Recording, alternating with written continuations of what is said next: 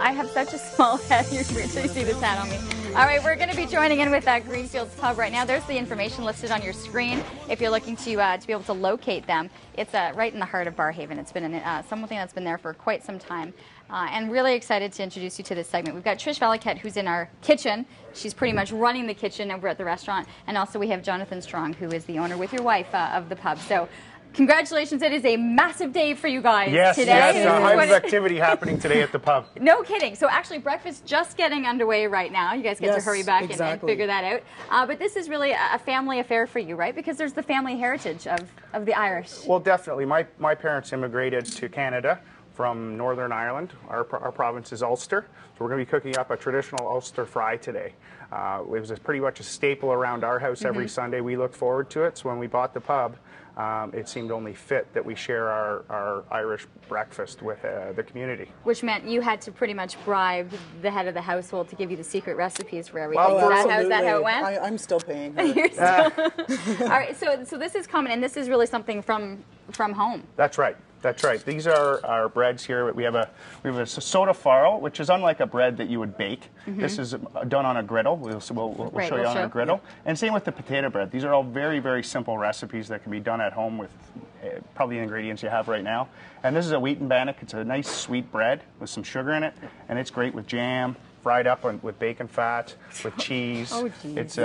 These are all flexible breads to work with at home. Okay, let's get started on it because you're ready to go. And it's great. You brought all the ingredients in for us. Yes, we did. Okay, so what are we doing? We're going to start with the wheat and bannock, which is, as Jonathan said, the sweet bannock.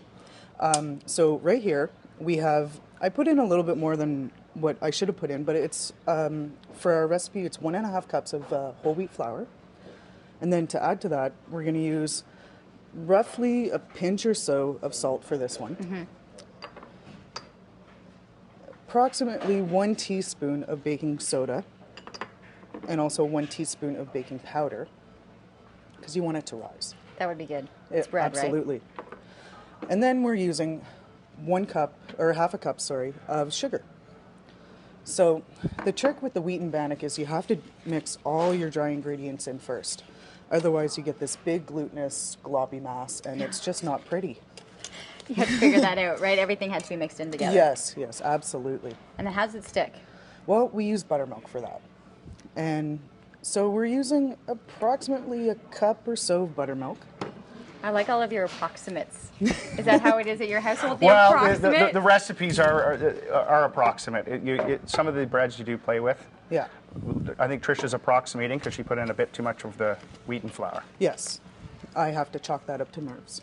But a lot of the breads is by hand because you're hand mixing it. So the consistency is what we're looking for more than anything. So would you normally just put your hands in and go crazy? That's right. For the most part. For the most part. Yeah. Especially if you're having a bad day, it's a great way to get your stress out. I can see that happening. I can see that happening. So how often are you actually making these? Are these done fresh in the mornings or?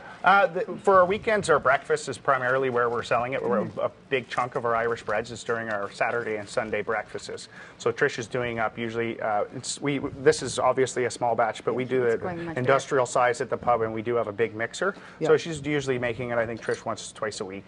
We're doing a big loaves of it.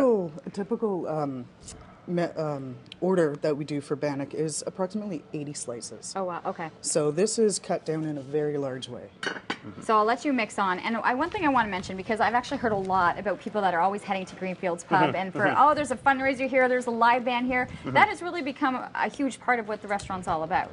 Well, the pub itself is definitely, we've grown into one of Ottawa's greatest music venues. We have a lot of good bands. We're always having something going on Friday and Saturday.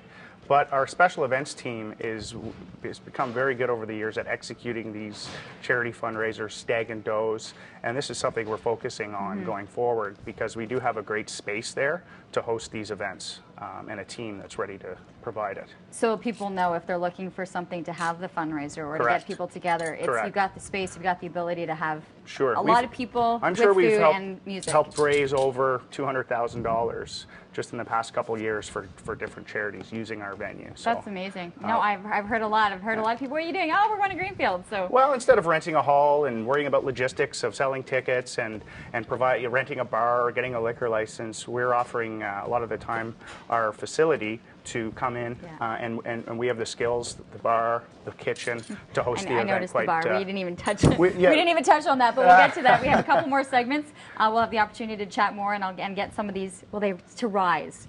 That's we'll right. see if all this happens, and we'll get to making some of the other breads and then dip it in with some jam a little later. So more with Greenfield Pub coming your way.